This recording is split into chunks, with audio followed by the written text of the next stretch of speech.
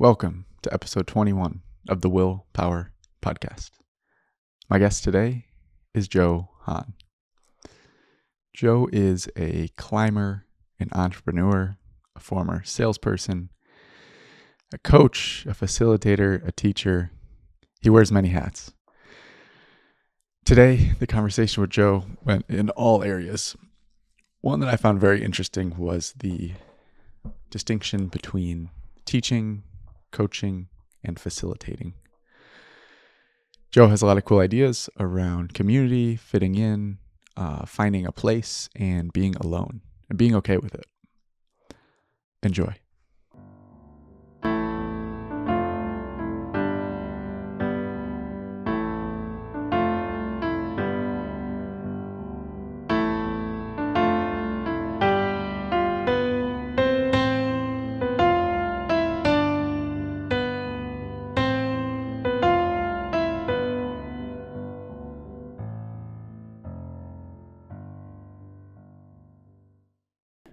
All right, one other thing before we get started. How do I say your last name? Hahn. Hahn. Okay. Joe Hahn. Joe Yeah. Hahn. Sweet.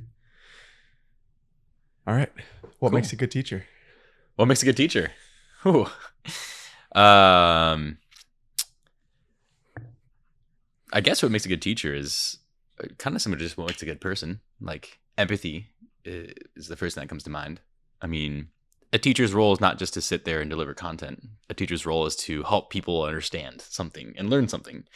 So a lot of that is finding the right way for the students to learn something the right way, right? Everyone learns differently.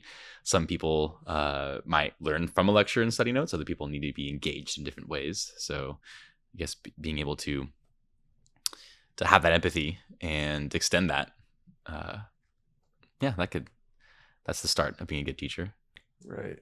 So you mentioned before we started recording the kind of three different roles that could be mixed up, but the teacher, the coach, and the facilitator. Mm-hmm. Do you want to break down what those are and what the differences are? Yeah, sure, absolutely. So a teacher has something very specific material that they need to teach someone. There's a knowledge transfer that needs to happen. There's content that people need to learn. The teacher delivers that content so the students can then regurgitate that content. Facilitation is quite different. Facilitation is when you really unlock the genius in the room. The facilitator might not be the expert on all topics being covered, but they can facilitate a conversation and really have other people bring out their knowledge and everyone learn from it. So in that case, there might be a topic at hand, but the facilitator doesn't hold all the answers. They don't have all the keys. They help engage everyone else and activate everyone else to unlock it together. The sum is greater than the whole. It's kind of the big key for a facilitator. And then a coach is, I guess there's a few types of coaching, but a professional coach really gets at helping boost someone's autonomy and clarify their goals and guide that person to success of whatever their own goals are. So in that case, a coach isn't really teaching someone new content and doing a knowledge transfer, but rather the coach is helping to unlock that person's clarity and goals and motivation and direct that with that person to achieve whatever that person is trying to achieve. Yeah. So which one of those do you think? So you've mentioned you've played all three of those at different points. Yeah. Correct. Do you find it difficult to, like, where does motivation come in? So if you were teaching someone versus you're coaching someone versus facilitating a group or whatever it is, how do you motivate people? Yeah, interesting. I'll start with coaching because that's the most personal one when it comes to motivation. And that's like the most fascinating one, I think, too. And motivation is a really fascinating thing. I think a more traditional look at motivation is sticks and carrots, rewards and punishments, where if you do reward more of one thing, you'll get more of it. And if you punish another thing, you'll get less of it. And that model of motivation works really well with simple tasks. If you think about like a factory that has an assembly line and you're ramping up production and you're doing certain things certain times, carrots and sticks work really well for that. But for more complex types of things, which is also more and more common in this world we live in, a more nuanced version of motivation is really important to look at. There's this book, Drive by Daniel Pink. He lists out really well 3 parts of modern motivation, which is mastery, autonomy, and purpose. And if you can really get clarity on each one of those three and boost those three, that's how you can get some more deeper senses of motivation. So if you can help someone like maintain their autonomy and they do things for themselves, they're not doing it for you or for other people. They're doing it because they want to do it themselves. And it's serving them to master a craft that's meaningful to them. And it's associated with a purpose that it actually is all in direction of something. That's how you can really start to unlock some of that motivation. And carrots and sticks have a place. They can be used effectively. But I think if you can really unlock and empower someone's mastery, autonomy, and purpose, that's really how you can get into deeper levels of motivation that sustain you further. Right. It's like you trying to throw like, kindling on someone else's flame versus like helping them figure out how to like keep that going within themselves and find their own fuel. Yeah, absolutely. Definitely. So what got you into coaching? what got me into coaching is actually I feel like many people in Austin in the tech world can relate to this. I was in sales. I had an entry-level role in a tech sales SDR position, and I did really well in that role, but really didn't like the actual job itself, even though I did it really well. And I knew I didn't want to go like full time into the traditional sales ladder path of being an SDR, then an AE, and going on. But I really enjoyed the company and the people that I worked with and the skills that I was learning. And I would always tackle on projects, like extra types of projects that would help me feel engaged and feel energized at work, which usually was teaching other people new things, whether it's new hires as a buddy to these new hires, or whether there's like new products and I would become the subject matter expert and teach them to others and all that. I always enjoyed doing that. So a different career pattern or ladder in the company I was at was to be a coach and help people, help new hires, and then help move the middle performers to top performers and all that. And that was really interesting, and I really enjoyed doing that because you're really truly helping people. And unlike my previous experience teaching English to 12 to 16-year-olds as their second language, they don't really want to know, to learn. They kind of just want to go and be teenagers. I was working with people that were very motivated to learn, and they really wanted to do better. And I really enjoyed working with those types of people. So what it really came down to then was, how can I be the most effective in teaching people their things so that they can go do their jobs? And it was especially interesting to start thinking about the psychology of how to get people to learn and how to keep them engaged, especially when I became a coach right around the COVID time when work remote was a brand new thing and remote learning was a brand new thing. And at that point, we are inundated with all this technology, right? And so many distractions. You're on the screen for the first time. And when I started facilitating, and then eventually I would facilitate sessions with cohorts of people and then do one-on-one coaching. When you're facilitating a session, people always say that time is your most important asset. And it is in many cases. But in the facilitation world, time's not your most important asset. Your attention span is what's most important, because your time's mandated. You have to be in attendance of this facilitation session of whatever topic it is. And then that means that the facilitator is competing against any possible thing on the internet, like your to-do list, your texts, Amazon, anything you could possibly do on the internet. The facilitator trying to teach you about pipeline generation is competing for your attention span, right? So you have to make the content so engaging and so interesting that you're essentially selling your content to your audience who's buying it with their attention span to learn. And the consequence of not doing a good job of that, for me personally as a facilitator, and then as a coach to do one-on-one coaching sessions and that, if I taught a session on sales pipeline or methodology or discovery or whatever it might be, and then people didn't absorb that content, like Amazon Prime won, Slack won, they got too distracted, they weren't paying attention, then I have 30-minute one-on-one coaching sessions with 11 people after that, and I have to reteach them that content in a one-on-one way. So I was very motivated to make the learning path, the content, the delivery so effective so that it made my job easier, because that way I can actually work on other things in one-on-one coaching sessions instead of redoing the content that we were meant to learn as a group. Right. Yeah. Interesting. So you were very, that's a good way of aligning you. What else would you work on in these one-on-ones? In the coaching sessions? Yeah. So it's basically like you have this group session Mm-hmm. where you teach, this is a new product, this is the new thing, like this is how we use it. Mm-hmm. And then you get to meet with each person individually after that. Yeah, Okay. definitely.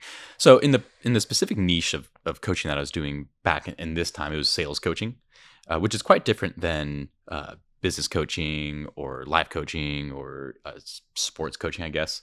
So it was pretty specific to sales process, and like, let's see all the systems you're using to see how effective you're being and if you could be more effective, or sales methodology, like how are you pitching, what's going on,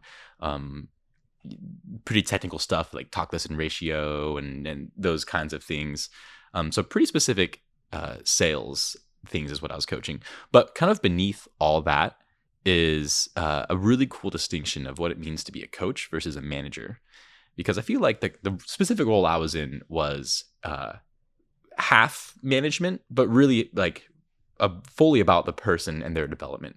What was more important to me than whether a person was hitting quota or not was their underlying motivation and what gets them excited, and trying to tap more into that so that they, as a byproduct, are more successful and are hitting or achieving quota and all that. But the coach has a really unique ability to focus in on that aspect of a person's development, whereas a manager is kind of obligated to care about that, but at the end of the day, hit the bottom line. That's what's the most important. And that's what, when you're a coach, it's really great to be able to get at then, what are the underlying motivations for someone? Because like an example, this is a very SDR specific example. SDR is sales development, cold caller for cold calling. But an example is if someone is not making enough dials and they're not dialing during peak dialing hours, a more manager director approach would be essentially mandating that they do that. A more coach approach is to get them to understand, wait, why am I doing this job to begin with? Is it financial? Is it to hone skills or whatever it might be?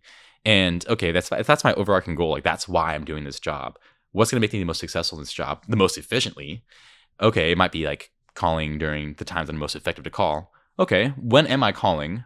I'm calling during times that are not as effective. Okay, what are ways to then make the most use of your dials when you do pick up the phone and call? Oh, probably during peak calling hours. Great. When is that? Like, oh, it's at this time. Okay, awesome. Like, what behaviors can you change to then make the most use of it? But that entire time, the person is the one driving the conversation and coming to the conclusions of, if I start changing my behavior to, in this very SDR specific example, call during the morning times, during peak calling hours to get better results, that's going to help me achieve the overarching goal of why I'm here in the first place. Okay, and then now the coach can make an accountability kind of plan and pull that out from someone.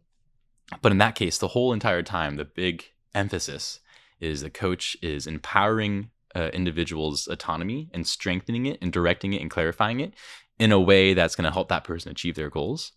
And the coach is like a guide, if you will, and someone that walks alongside them to help them get to that goal or outcome. Yeah. Has that honed your ability to find that in yourself? Coaching others, has that increased your own autonomy? And yeah, absolutely. But we all have such strong blind sides, so it's so important to get that reflected back at me sometimes, to do that. But the awareness helps for sure. At least knowing the awareness, having it reflected back is really helpful. But I get coaching sessions from other coaches as well, and it's funny because it's such a reoccurring question is like, what do you want? What does Joe want? And those simple questions are really hard to answer. They're particularly hard to answer because sometimes you want someone else to tell you the answer, but some of the hardest questions are ones that only you can answer because that's the nature of what the question is. So yeah, having someone help me kind of unpack and dive into, wait, what is it that I want? And what am I doing? Is that in alignment with what I want? That can be pretty tough, but it's cool to know the tools, but it's still important to have someone help me use them sometimes. yeah. Yeah, that is certainly true. I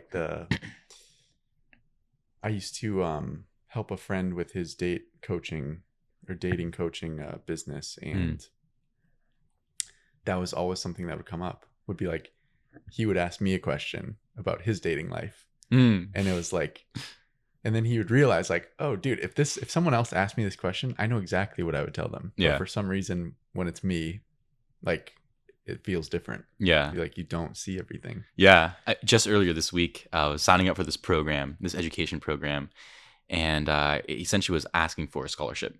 And I sent my email draft to a friend, my coach actually, and I was like, "Hey, what are your thoughts on this?" And he just said the most coaching thing ever. He says, "What does your sales training tell you should do?"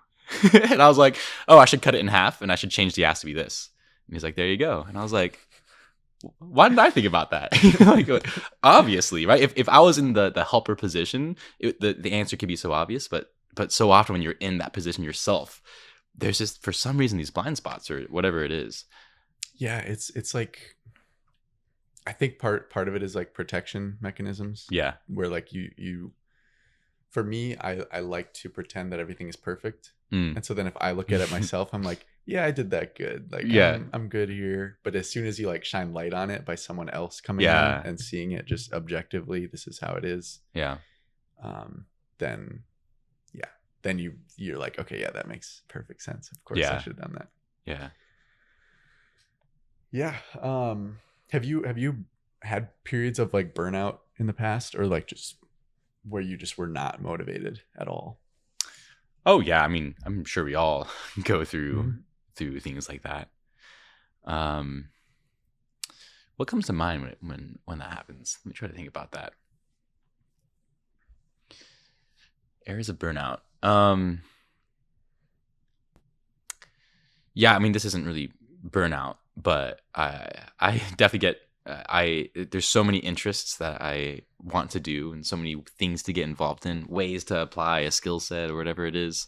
Definitely got overwhelmed. Even recently, I was on this long trip and got back from 5 months of traveling back to Austin and was starting to replug back into all the things I had going on here. And I didn't even realize I was getting overwhelmed until like my body just got sick. And I was like, why am I getting sick? And then I had like forced myself to take a break, like a sick day. I'm calling it, taking a sick day, canceled meetings, was sitting on my couch. And I was like, I need to do stuff. I need to be productive. I need to like get progress things. Like it was just so hard for me to sit down and not do anything. Mm-hmm. Even my body is telling me to do that. That it kind of helped me realize, oh, okay, I should slow down. I should not do so much. Maybe that's the opposite of burnout. I'm not sure. That's kind of flaming out, I suppose, in some ways. But yeah, I mean, yeah. it sounds like you almost. I mean, you kind of caught it before it turned into anything bad. But yeah, usually with. I don't know, 'cause I said burnout, but really what I meant was just like a lack of clarity or like a kind of directionlessness. Because I've had that in the past where I'm just like, okay, I go to work and like I don't really care about what I'm doing, and yeah, just not feeling like a direction. And that could be classified as burnout, is like when you hit that point where you just kind of give out. And yeah, I think maybe it's the way I've coped, the mechanisms I've used to deal with the uncomfortable emotions I have. For me, it's always been to just achieve and produce and do. So my problem was never really a lack of motivation. The problem would then just be the angst and the impatience with trying to achieve this milestone that I fabricated for myself, and being impatient and getting really antsy when it wasn't happening on the right timeline. I remember, especially when I was in this tech company working in a job that I excelled in, but didn't love. I was always trying to get to the next role, and then you get to the next role, and you always try to get to the next pay scale or promotion, and there's just this never-ending grind to progress to the top. That it's so easy to lose sight of why are you doing this to begin with? Where are you getting your source of accomplishment and validation? And if it's external facing, as it was for me, I think that's why there was such a never-ending drive to continue to achieve, to get validation and feel good about myself in this external source. And it really wasn't until like kind of unpacking that more with therapy and also being in other positions, seeing others doing that, where it became a little clearer. For example, I remember when I was a coach, I was coaching this SDR who eventually I got promoted to a different role, and then they got promoted into the coach role. And they were in a similar spot I was, where they were really gunning for this manager role. And if they didn't get it next quarter, they were going to be really upset, and they had to wait till the next quarter after. And I smile because I that resonates so much. I've been in a very similar position to them. And I was just thinking about it, and I said, what happens when you get that manager role? What's next? And they thought about it, and they're like, well, probably senior manager. Okay, great. What's next after that? Like, and they just walk themselves up the ladder, and then starting to realize, okay, it's a nonstop game that we're playing. This book called The Happiness Advantage does a great job of explaining it, where you are so fixated on this goalpost, and then once you hit that goalpost, you'll be happy. And then you get so close to the goalpost only to realize that the goalpost moves to the next hill. And if you just get to that goalpost, you'll be happy. And you don't realize that you're just continuing to do that the entire time. And you'll never, if with the mindset that external validation is what's going to make you happy, it's never going to satisfy you, because you're never going to catch that goalpost.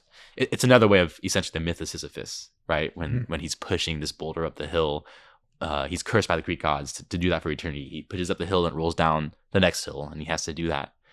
And in this Greek example, only by embracing the absurdity of it and dancing and by moving the bouldering up the hill is he able to actually embrace life. And that's kind of what we're doing. Meaning is so important for us. We're meaning creation, meaning creators. We need to have meaning. But if we can find a way to try to dance in the absurdity of it as we're chasing our never-ending goalposts, hopefully that's how we can find some more fulfillment and enjoyment in life. Yeah. What was it that you were avoiding? Did you dig into that part? Avoiding the external validation. What was the thing that you were like? You mentioned you were avoiding something, and you would use productivity, and like benchmarks to avoid it, basically. Yeah. What was that thing? Whew. Oh man, I'm not sure there's one particular thing, but it could probably be summarized by painful thoughts, painful emotions. Instead of feeling painful things, just be productive instead. Push things down and be numb yourself to them, and then distract by getting busy. It would be like a plug into other things so that you can just plug straight in, and instead of plugging into yourself, because everyone has very painful emotions, and a good way of not feeling them is to be busy and distract yourself. Yeah. And it's interesting because there's many different coping mechanisms to distract yourself and not feel bad emotions.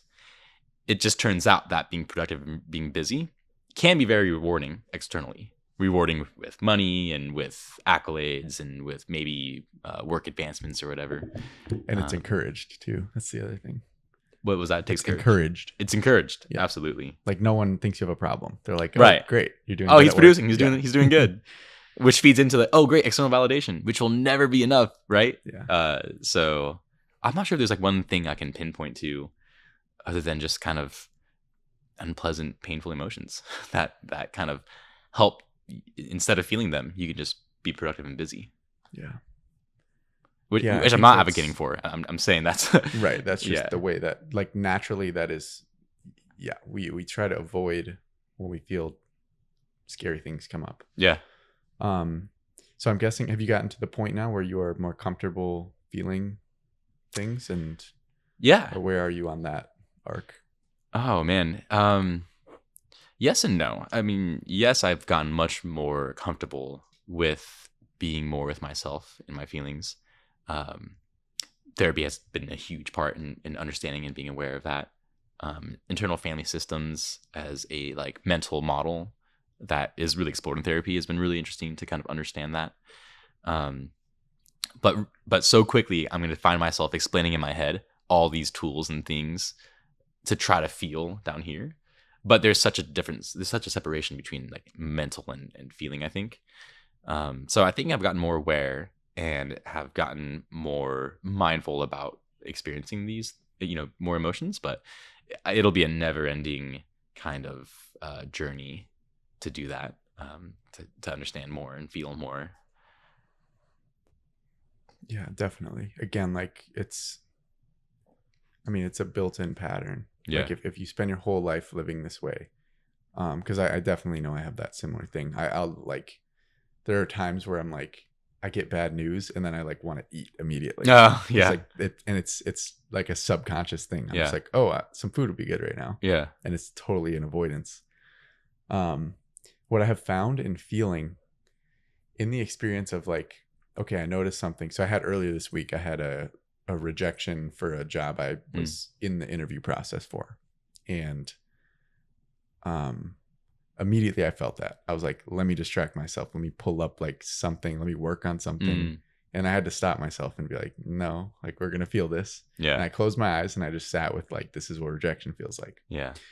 And that experience was so much better than the alternative. Like pushing it away and then consistently like throughout the day having that pop back up and like, bring down my mood. Totally. Like what I usually would do is I would ignore it and then again constantly throughout the day just be brought down a little bit every time I remember that. It'll manifest in other ways. Yeah. When you push it down, it doesn't go away. No. It might get quieter temporarily, but in other ways it'll manifest and pop up. Yeah. And yeah. But yeah, remembering to do it is very difficult. Yeah. When it is built in that deep. Yeah. So what motivates you today? What motivates me today? If not this like, avoidance. Yeah.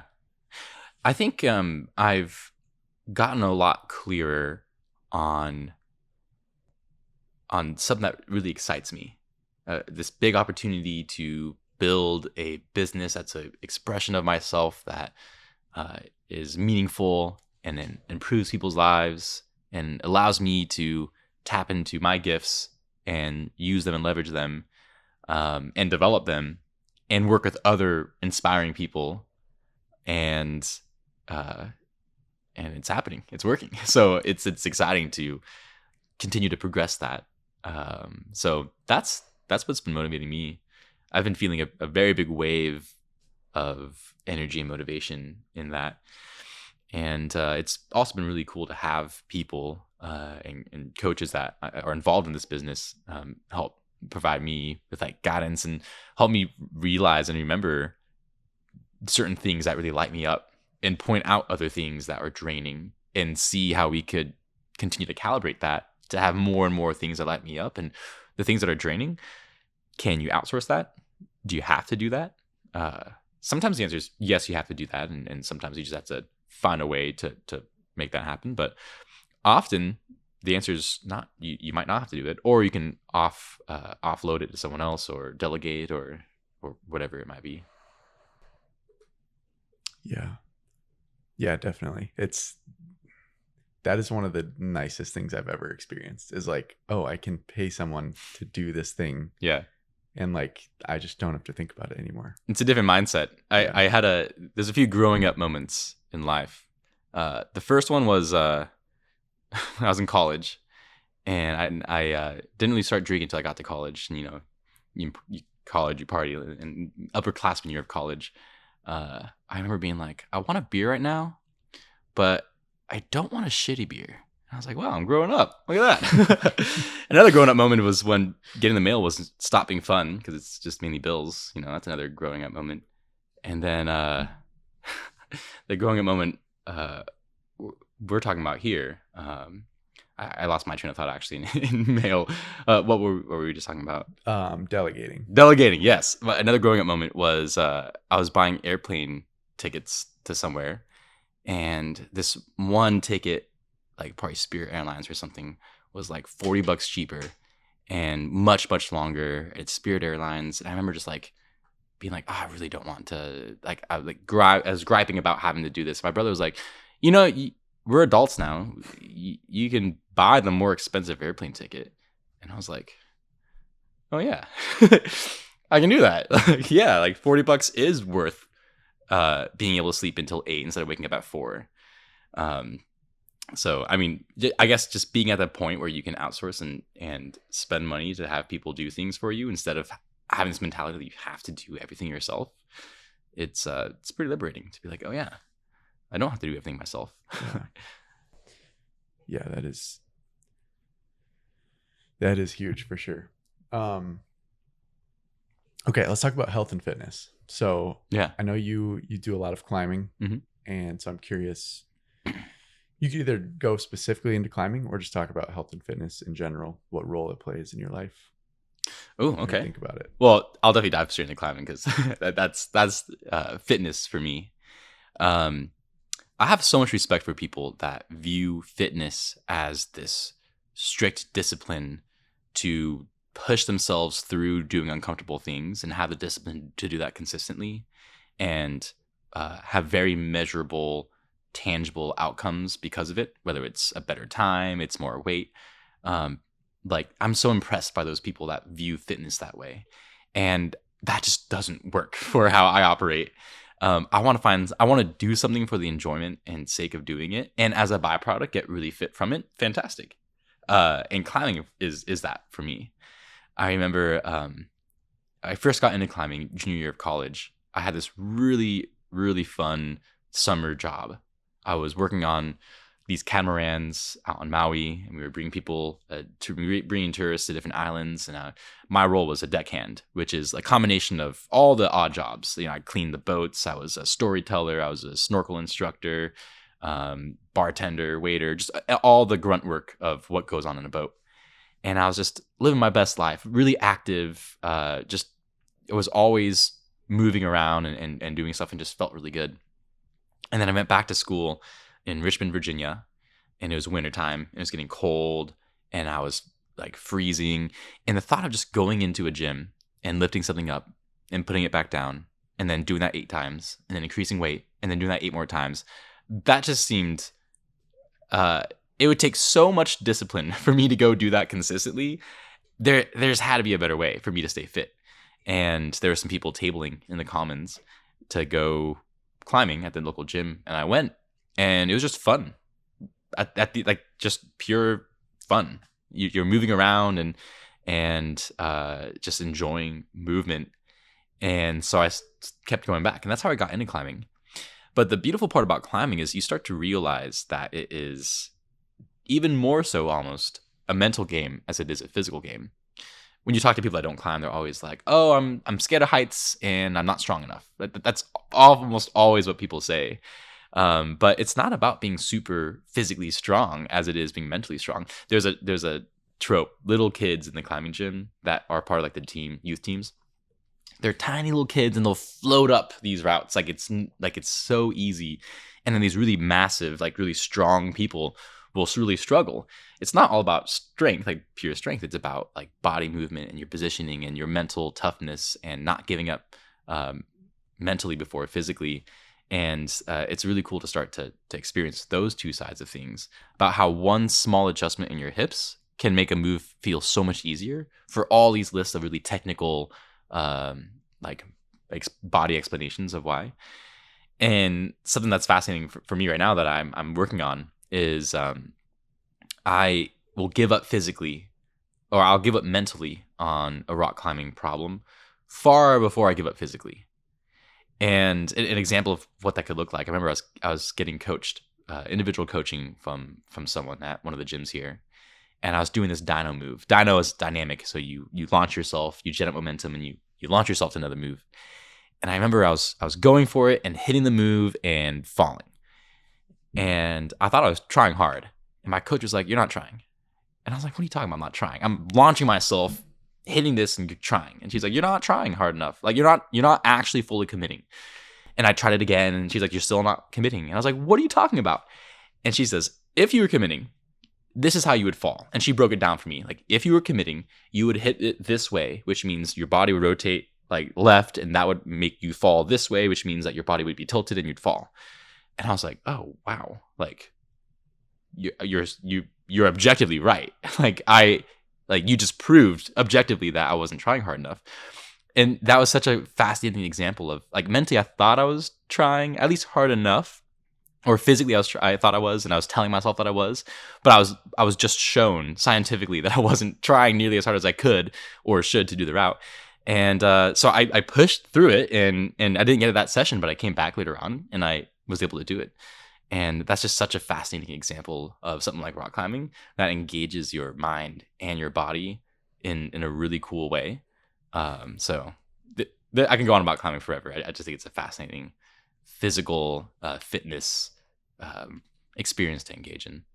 Yeah, there's definitely a metaphor for life there. Yeah, like holding yourself back and yeah, absolutely. not really going for it.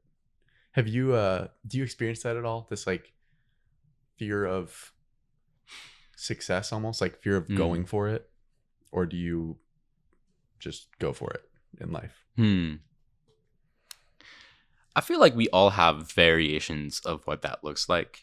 I think generally I'm pretty thoughtful about what I do, and I am really intentional with surrounding myself with people to help me unlock those. But I'm sure there's always times in specific areas where I'm trying to do something, but the careful what you wish for, because you just might get it. Saying applies. I can't think of any right now, but I'm sure they're out there. Okay, and what about health outside of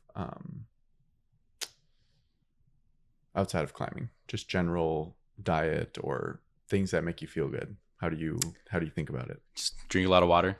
Gotta hydrate. That's like the key there. I don't really do much in terms of like counting calories or that much health things. I generally try to eat healthy, and I eat a lot. And I learned something that was kind of sad. Someone told me that breakfast is the most important meal of the day. And I was like, yeah. And I was like championing breakfast and like, make sure you eat breakfast, and like make eggs and like do all these things. And then someone showed me how that was like a marketing scheme from like the 80s. And I was like, oh, well, that's unfortunate. But I just try to eat a lot, eat generally healthy, eat balanced, and drink a lot of water, and generally be active. But it's a pretty simple regimen. Yeah. Talk about like growing up moments. One growing up moment was I listened to some podcast about health stuff, and that podcast inspired me to buy multivitamins. So I bought multivitamins. I'm like, I did it. I'm going to be healthy. I'm going to take multivitamins daily.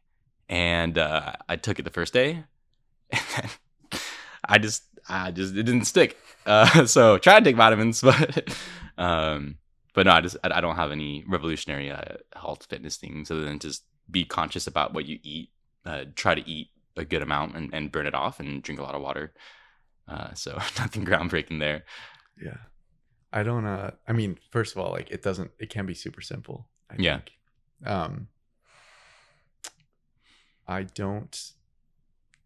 I still don't know about multivitamins. I don't know like what you're operating on faith. I've heard I've heard both ways that they're like good and you should take them, and I've heard other things that are like they don't do anything. Totally. And you don't know if they do anything. You just have to like I know. Hope that they do. There's nothing that really changes that you can notice. Yeah.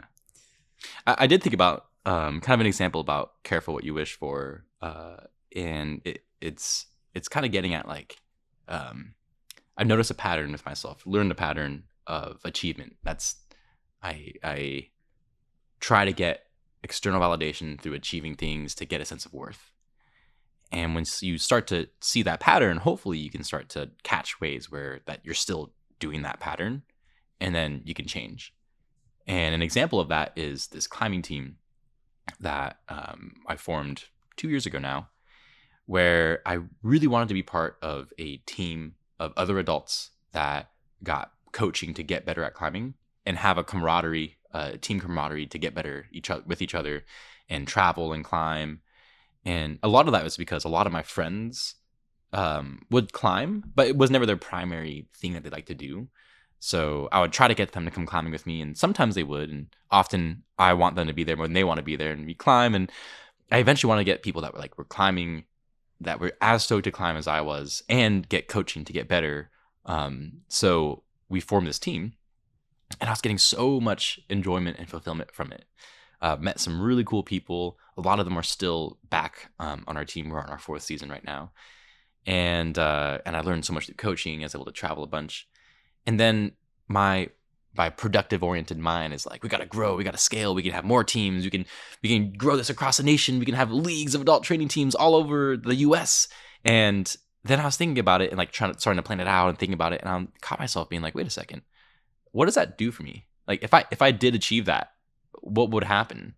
Well, I find myself in this admin role, being a director of training teams, when the entire purpose to begin with was just to be part of a training team. And that was an example of where I'm like, oh, let me scale way back and let me just be a regular member of a training team and not grow it. Like, let's not have more than one training team, at least for now. Like, that's not the purpose. That's not the goal. And that's kind of an example of like seeing a goalpost that I created on that hill over there and like running towards it, being like, wait a second, no, I don't want to go to that goalpost, and kind of holding back, and then just being grateful for the team that we had already created that exists now. Yeah, there is something in like, I've definitely had it where I'm like, oh, this could be a business. Like, let me think about how I could scale this exactly like you were saying, but with a lot of stuff like that doesn't need to be that. Yeah. So it's definitely worth thinking about. Like, if you enjoy the thing, maybe it shouldn't be like, you shouldn't be trying to grow it. It doesn't need to be that, because now you like you said, you end up taking on this new. Have you heard the parable of the Mexican fisherman? Oh, I think so. Okay. Is it or so this fisherman, someone comes and visits him. Yeah. And he says, what do you do all day? And he says, I go out and I fish, and then I come home and I cook for the family, and we have our meal. Yeah. And then the guy says, oh, you should grow this into a business. And he tells him this whole thing about like, okay, you build one here, you save up your money, you sell in the market, you go ahead and you hire someone to go to your fishing for you, and then you start growing it, building it out. Yeah. And then he says, okay, and then what? And then he's like, okay, you create a whole corporation around it. And then this all leads to like, what do I do after all that? And then he's like, well, now you can go out and fish and come home and cook for your family. You can retire and finally do this thing you wanted to do. So it's like the thing that you were doing might be the thing that you want to do. Yeah. And you don't need to fill it out into this thing. Like, yeah. So I think that was a great foresight on your end. Yeah. Something that always has me pause and really think about something is when someone tells me like, oh, I'm just going to like grind it out in my 20s or 30s or whatever time period so that I can enjoy this next time period. As if there's a switch that you can flick to then change your entire patterns and thought processes to enjoy once you've accumulated all this wealth. And I just don't think it works that way. That's the goalpost. Once I reach that goalpost, I'm happy kind of thinking. There's a time and place for discipline for extended periods of time to accumulate things. There's a time and place for that for sure. Discipline and hard work are things that I value, but not at the expense of losing sight of what you're actually doing in your day to day. I've had a similar conception. I called it learned unhappiness. Learned unhappiness. Ooh. Which is basically when we fall into patterns that are like delaying gratification. Yeah. To the point where we learn that, oh, if I'm happy, then I'm doing something wrong. So I need to be unhappy. Yeah. Because that means that I'm, pushing happiness out, but I'm going to get that payday. Yeah. That never actually comes, because in the process you're learning to be unhappy. Yeah. Learned unhappiness. That's wild. My friends will have heard me say this story all the time. It's really cheesy, and I don't mean for it to be my motto lately, but I realized I have a new motto. It's be a free horse. So I'll explain a little bit. Do you know the term a broken horse? Like what it is to break a horse? Yes. Have we talked about this yet? No. Okay. Well, Well, breaking a horse is you're basically like domesticating it almost. you domesticate a horse. Yeah. It's like a regular term. It's a Mhm. used widely accepted term.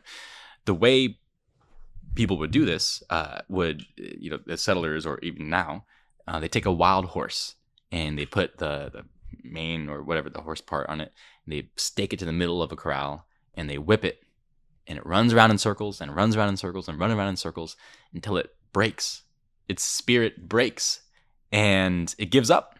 And then that's when you go put on the saddle, you put on little blinders, and there's a distinctive moment when you break a horse that it's now domesticated, and you can have it ride it off to do whatever it is. And that's so different than the way Native Americans, particularly Comanche Indians, used to partner with horses.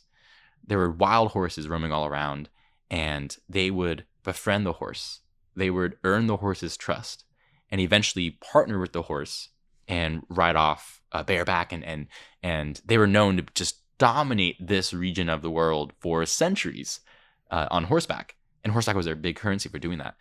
And that's just such a beautiful example of, instead of breaking a horse's spirit, the horse is fully alive and fully maintains its horseness, and they partner together and have this they're way more stronger together as that partnership, as two separate entities, and then they separate and then they'll come back, versus people that have broken horses. And I feel like that's such a big metaphor for people, especially working professionals in whether it's a corporate job or other types of jobs. Learned unhappiness, you're provided with so many things to not have to think for yourself and other things, right? So you're provided with salary, with health benefits, with all these comforts to not leave the stable as a broken horse because you don't need to think for yourself. You don't really need to be uncomfortable.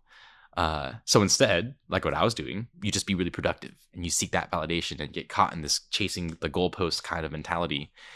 And there's a parallel there with leaving the stable and trying to become a free horse again, which is terrifying and scary. People who leave a job to try to create their own business, I think a lot of them will be able to resonate with this. When you leave a stable after being in a stable for a long time, you have to then provide for yourself. You're not fed. You have to go find your own food. You have to find your own water. Hopefully you have reserves of the areas around, but eventually you're going to be out in the wild again. You have to learn how to fend for yourself. All in an effort to reclaim your horseness and be a free horse again. But it's scary out there to not be in the stable anymore. And I've this year left my corporate job after being there for 5.5 years, and I've learned so much from that experience. Met a lot of really good people, developed skills, had accumulated resources that are really important and helped me out, and really funded a lot of things and experiences that I do to this day. So there's so much gratitude in learning all those things. And now as I'm setting out to try to do my own thing, create my own business, be a free horse again, it's really exciting, but also pretty terrifying sometimes. Yeah, I definitely can see that. I'm in a job right now where I can totally relate to that feeling of like being fed. Like I'm just given what I'm given, and it's not really me going out and getting it. Yeah, that's a big shift. When did that shift occur? You said this past year. Yeah, it happened in March, April timeline, and then long story short, a climbing teammate has this van and started dating this climbing teammate that has a bigger van, and they moved in together and they're dating, and they went off on this big van journey. And I was so lucky to be able to use a van and go on van life for a while and travel from here to the West Coast, up the West Coast to Squamish, over to Banff and back down over the course of a few months. And achieved a lot along the way. I got my wilderness first responder certification. I'm working towards getting my guiding cert. So I accumulated all the types of climbing you need to do. There's a new type of the climbing is called trad climbing, traditional climbing, when you place your own gear, and you have to lead routes where you're the one placing gear, putting in the rope as you're climbing up. So I was accumulating a bunch of those routes, and I took the evaluation to prepare for the exam that I'm taking later on this year to get that cert, and started developing a network in the outdoor space to start to use as I'm creating this new business, which is essentially combining outdoor experiences, whether it's through guiding companies that have permits in national parks, or outdoor wellness retreat kind of areas like glamping in national parks, but combining those recreational outdoor elements with more professional development through executive coaches, through learning paths, learning and development models and best practices, to then create professional, like outdoor professional development experiences. So yeah, that's the current business venture that I'm on. Cool. So you talked about being alone. So that van trip, you were, I'm guessing, mostly alone for the entire thing. Mostly alone, yeah. And it's pretty wild showing up to a crag, a climbing place, completely alone in a different country, and just having to find people to climb with. You can't really climb alone. Well, there are ways to climb alone, whether it's bouldering or whatever. But a lot of rope climbing, the climbing I was doing, you need at least one partner. So you have to at least go find someone. And I think there's a difference between being alone. Being alone does not necessarily mean you're lonely. I feel like you can actually be surrounded by people and feel very lonely, or you can be alone and not feel lonely. You can also be alone and feel lonely too. That comes. But I think this van life experience, it wasn't for too long. It's for about 4 months, 4 and 5 months. Was such a great time to really experience being alone, and especially when you go through places where stimulation gets like layers of stimulation start getting pulled back. Like you're in the countryside, so there's not all the hustle and bustle of the city, and then you're out of service, so you can't even use your phone. Your phone becomes like a camera and a flashlight and a clock. That's like the only function on your phone when you have no service, right? It forces you to really be with yourself and get more comfortable with that and actually take care of yourself. And I remember comparing one of the last campsites I was at was this small little climber town called the Index out in Washington.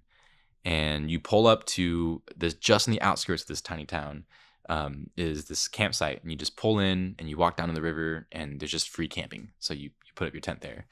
And I just remember reflecting back what it felt like to go there, and the self-assuredness of showing up there and just really being able to immediately and quickly take in the beauty of it and just settle in, and then just realize how comfortable I felt doing that. Versus one of my first experiences of being alone, just out in Yosemite. It was my first time ever being in Yosemite, which is like a really big deal, especially for climbers, because it's such hollowed ground for climbers. So you go there and there's so many people all around. And I remember being surrounded by all these people. And then the first week I had friends that were there. So we're climbing together, we're hiking together. And then they left, and I was there for another week alone. And I got pretty lonely because I was still not really used to being by myself for extended periods of time, and having to go out and make friends. And there's a difference when you find a group of friends and a group of strangers that you befriend, that you can go along and climb with or hike with. There's a difference when you're there and people are friendly to you, but you're not part of their friend group. You're an outsider. Like, you're along for the ride, and they're okay with you being along for the ride, but you're an outsider. There's a very big difference between that. And finally, towards the end of the trip, we were up in Banff, and a handful of the climbing teammates flew up and met up with me and the other 2 van lifers that were part of the team that I met up there. And we had a true friend group again after months of traveling and meeting other people. And it just felt so cool to be part of the friend group where you have history with the people there. You have inside jokes. You have shared experiences already. And I think it really helped me be more empathetic to new people on our group, because there's one guy in particular who was in the similar position I was in. He was just traveling alone and joined our group. And it helped me have more empathy to be like, oh, cool. Like, let me make sure we go an extra mile to include you on things, because I've been on the other end of that, and it's fine enough, but I don't. It's not fun being lonely around a bunch of people, And not all groups are like that. Some groups are very friendly from the get-go. Some people are very warm and welcoming, and you feel like you're part of the friend group immediately. I think traveling really has the power to do that, because it changes the kind of mindset you're in. You're way more open to new experiences. It's way easier to be present because time means something now. When you're traveling, there's parameters on time. If you have a 2-week trip, then there's 14 days, and every day is a very finite fraction of that time. And when we're in our day-to-day lives, back in the cities we're in or whatever, there is no time.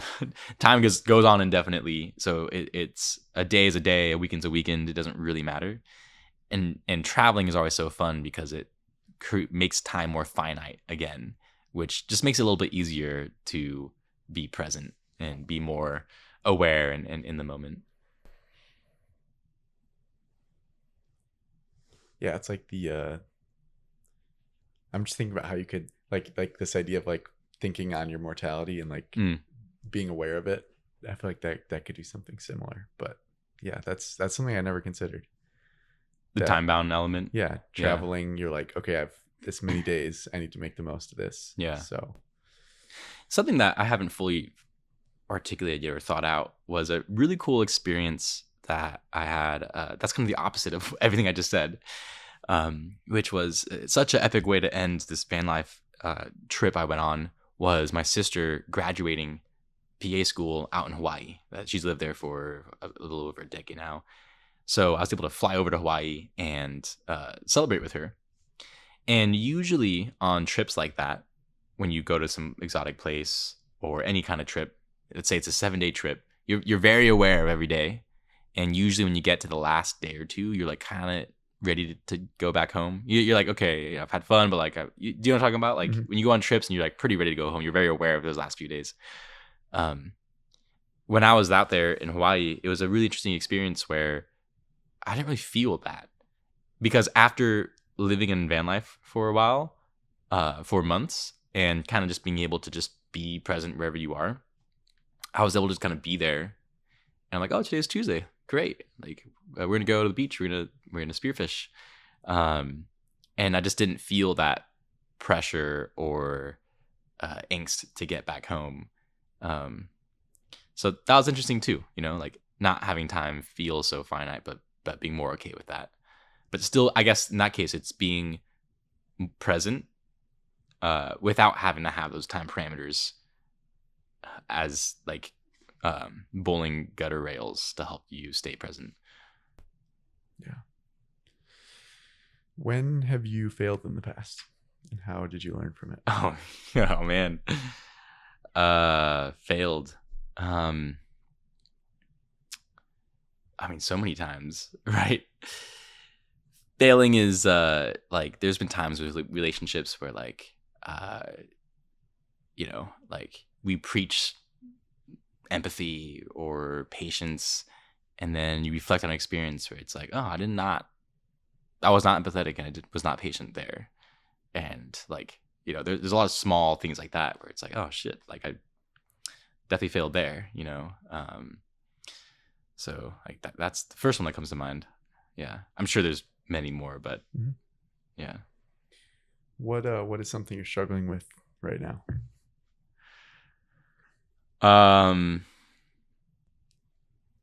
Doing too many things, for sure. And it's such a balance because I'm still in this discovery phase.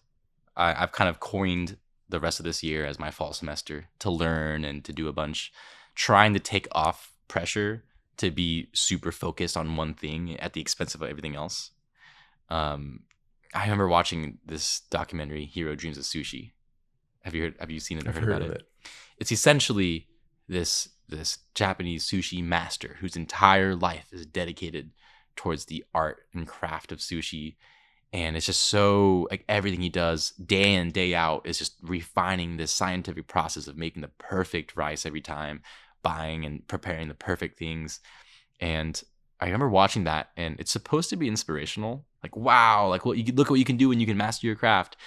But I was stressed out when I watched that. I was like, oh, do I have to focus and be like, is this what I have to do to be successful? Like master this one craft, especially in a time when I'm really open to learning a bunch of new things and trying to pick the right things to do. It's a few things like I'm part of this group called Music Mixer. It's a nonprofit here in Austin, and it brings together musicians in different events to help them form bands, help them get on stage, get photos and collateral, help them make connections with each other. It's such a strong mission. It's really cool to be part of. But that's one thing that is a really purposeful, like meaningful thing. And then there's the Crag Collective is the climbing team that we have, and we do trips, and that's really meaningful to me. But then there's the professional sides of trying to create this company that's really important. And then it's trying to drink a lot of water and eat generally healthy foods and eat lots of it. That's tough to do. And then all the other things in life. I love game nights. One of my favorite things to do is cooking dinner parties and then hosting game nights. So trying to do that is big. All these DIY projects. So trying to balance allowing myself to explore interesting things while still trying to stay focused on how they come together and what I'm doing. I don't want to be a jack of all trades, you know. I want to at least be like, you know, a queen or a king. Yeah, that is like such a difficult, because I know exactly what you mean with like, because I've heard of this sushi guy and it sounds great. You're like, oh, that's great for him that he found the thing that he wants to do. But then it's like, how do you find that thing? Yeah. And how do you limit yourself? Because he can't go do everything else that right. you want to do. Yeah. Yeah. So that's difficult to pick out what is the thing. And yeah, I like that idea. The way I think about it is, yes, I could spend my life mastering one thing, or I could have focused periods where like this span of like 5 years, I just spent on this one thing and I got really good at it. And then maybe I changed, and now this next 5 years I was focusing on this thing. Yeah. And having that kind of, that openness for like allowing new experience, not just needing to be focused on one thing for my entire life. Yeah. That's also where specialists come in. Some people operate that way and love that. And that's great. So the way I've kind of look at it is one of the skills, or I suppose gifts that I have, is connecting people and building networks and communities and leveraging groups to come together and be better for it. So in that case, like there's a place of just using experts together. You don't always have to be an expert in the things that you're doing. Mm-hmm. Yeah. What does your dream life look like? Kind of living it right now, honestly. Like, because I think that question is such a common one and powerful one, and it always many people's assumptions start at, if I hit that goalpost, that's my dream, right? But I'm realizing like I work in coffee shops all the time. And I love working at companies. That's always, when I was a kid, even before work remote was a thing, I just really enjoyed working in the thought of being able to do that. So I've been doing that for years. I'm able to travel and climb as part of my vocation, and I'm able to experience cool places and things, and I have energy and passion for the products that I'm doing. So I feel like there's many versions of dream lives, but the one I'm doing right now is pretty incredible. So things can always be better, of course.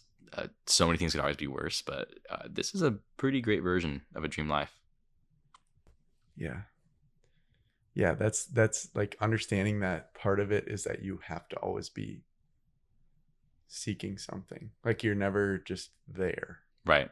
But that's a part of the dream life, is that you are constantly seeking. Because what's better than like, you know, like knowing that you are going after something day in and day out, and you're like, I know that I want to be reaching for this thing, and that's exactly what I'm doing. Yeah. Yeah, I think finding that alignment is huge. And it's those, what were the 3 things you said earlier for coaching? Oh, for motivation, mastery, autonomy, and purpose. Yeah. Yeah. Daniel Pink's book Drive is what lists that out. That's so good. Yeah. Do you have any other book recommendations? For motivation or? Let's just say general. General. What are like your most, do you read a lot? I like to say I like to read a lot. I don't read as much as I like to say I do, but I do read. I like to read, yeah. Okay. What have been influential books to you? Ooh, so many good ones. This is really dry, but it was a textbook for class called Motivational Interviewing.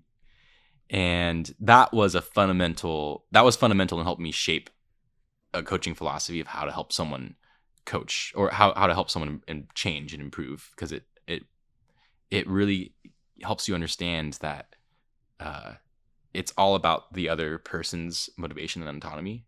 Because if they're doing it for someone else, it's not going to last long. So it's all about like, how can you strengthen someone else's motivation and direct and focus their goals to make it meaningful to them, to actually have sustained motivation. Motivational interviewing really talks about that, which is really cool. The Alchemist is one of my favorites. That's the book I've gifted the most, is El Alchemista. The Alchemist in Spanish. It's pretty simple language, so it's easy to read in Spanish if you if you have a level of Spanish and you want to find a way to improve it. The chapters are like half a page to a page and a half, so it's really easy to pick up and put down. But the themes are pretty deep. It's essentially all about following your personal journey and what it's like to do that. It's another version of what it is to be a free horse. So El Alchemista is a good one. The Body Keeps the Score is a really fascinating look at getting caught and frozen in certain states, in a fight, flight, or freeze state, and what that's like, and what is going on in your body, and how to understand your body a little bit more. The Body Keeps the Score is fascinating for that. My favorite collection of books is, I was down in Oaxaca 2 years ago for Dia de los Muertos. Such a cool experience. And I remember walking around the streets. I was like, let me go by myself and get lost, because I was with a big group and I wanted to have at least a little flavor of just going and getting lost by myself. So I was wandering around the streets, and I stumble on this book fair. I'm like, oh, book fair, cool.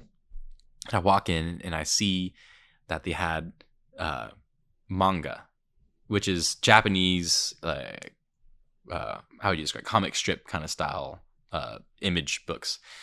So I saw that they had manga books in Spanish, and the topics were classics from other cultures, like the Iliad and the Odyssey, or Shakespeare, or the New Testament. And I was like, what? So I bought a few, and I went back home, and then I saw the publisher, and I looked them up, and they had a whole collection of them. And I was like, oh my God, I need all of them. So I bought this collection of them. They have everything from The Great Gatsby to The Rise and Wealth of Nations to the Communist Manifesto, all of them in Spanish in manga form. It's incredible. And there's so much you can communicate through drawings and imagery. You know, a picture says 1,000 words. You know, a drawing says a similar amount of words. So you're going through and you're seeing people's expressions, and it's like, what? And then you read the Spanish, you're wading through the Spanish texts to understand and fill in the blanks. So those are fun reads. Yeah. Awesome. All right, Johan, ladies and gentlemen. Joe, where can people find out more about you? Yeah, I suppose my personal Instagram, Johan_solo. If you're interested in climbing, crag.collective on Instagram. If you're interested in music, at Music Mixer ATX. Soon we'll have a website for our business about outdoor guiding and executive coaching and how that compares. In the meantime, LinkedIn would be a good place if anything about the business side is interesting, or for coaching, whether it's sales enablement, revenue enablement, sales coaching.